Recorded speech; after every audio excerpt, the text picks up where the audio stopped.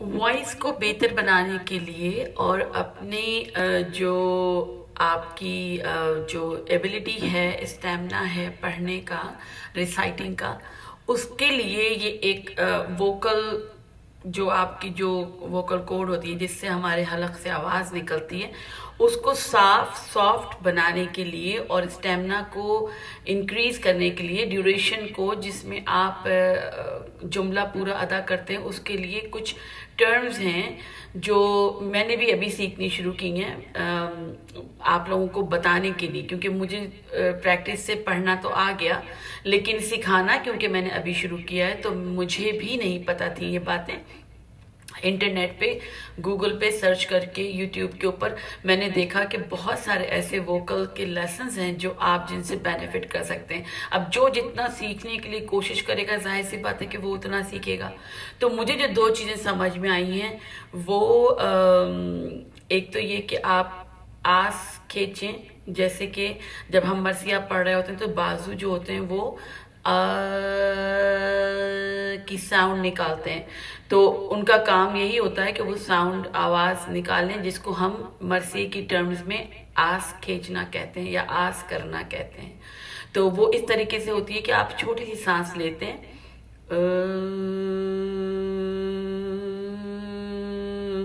पहले सिंपल लंबी आपको एक सीधी खींचनी है। जब आप थोड़ा सा मॉडरेशन में जाते हैं तो आप उसमें जगह लगा सकते हैं, मरसी की टर्म में उसको कहते हैं जगह लगाना या गिरे, जैसे कि आप उसमें लहर पैदा, इजी वर्ड्स में अगर मैं आपको बताऊं तो उसको कहते हैं सुर बनाना, या जो है लहर पैदा, जो मैं इजी अल्फाजों में बच्चों को समझा सकती हूँ कि लहर पैदा करना। तो वो आप इस तरीके से, जो भी आपको सोज, उसका तरीका, उसकी टेक्निक ये है कि आपको जो सोज अच्छा पसंद हो उसको आप अपने जहन पे उसके वर्ड्स को याद करके, एक जुमला भी काफ़ी है। तो जैसे ये पहला जो मैंने सोज सिखाया था उसमें जैसे है, तो मैं उसको बगैर अल्फाजों के उसके ऊपर पूरी लाइन को आ करके मैं आपको सुनाती हूँ। जैसे कि ये है, जिसकी ने हरा में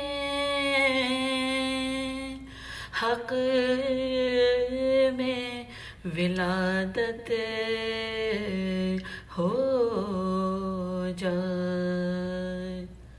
इसको मैं आस में पढ़ूंगी, मुंह बंद करके, सांस लेके अंदर, और आपको सांस आहिस्तगी से बाहर निकालनी है, और सांस निकालते हुए आपको सिर्फ ये साउंड मेक करनी है।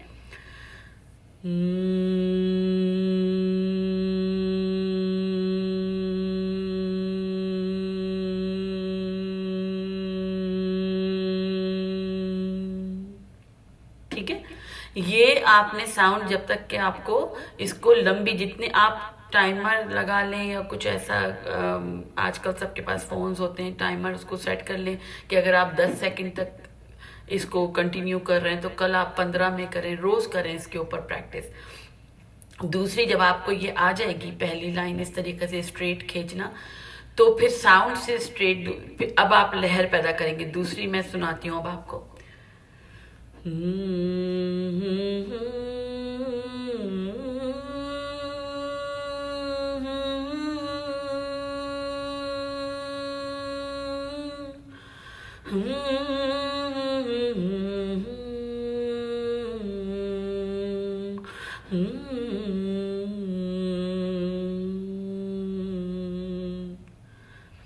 ये है उसकी वो धुन जिसके ऊपर हमने उसको पढ़ा है, याद किया है, जो हमारे उस्ताद हैं और हम सब के उस्ताद हैं, मरसिया खानी में जिनका बहुत बड़ा नाम है, उस्ताद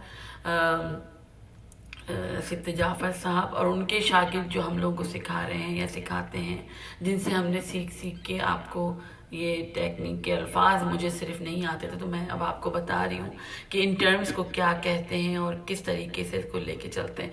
तो गुड थिंग के सिखाने में आप खुद भी सीखते हैं, प्रैक्टिस भी करते हैं। मुझे डेली लाइफ में इतना टाइम नहीं मिलता कि मैं बहुत ज़्यादा रियाज करूँ या बहुत ज़्यादा प्रैक्टिस करूँ, लेकिन ये ज़रूर है कि जो चीज़ मेरे सर पे सवार हो जाती है, जैसे सिखाना आपको सवार हो चुका है मेरे सर के ऊपर, तो उसको सिखाने के लिए मैं खुद उस ट्यून को सीखने की कोशिश पहले करती हूँ कि मैं आपको सिखाऊं, सही से आपको बताऊं कि किस तरीके से इसको आपको सीखना है। क्योंकि मैंने जो इतना लंबा टाइम गुजारा सीखने में, आपको वो टाइम ना गुजारना पड़े। ठीक है, तो बस ये छोटे से लेसन्स थे। अब आपको मैं इंशाल्लाह अगली क्लास में फिर मैं दावत दूंगी और इससे आप लोग प्रैक्टिस करना शुरू करें।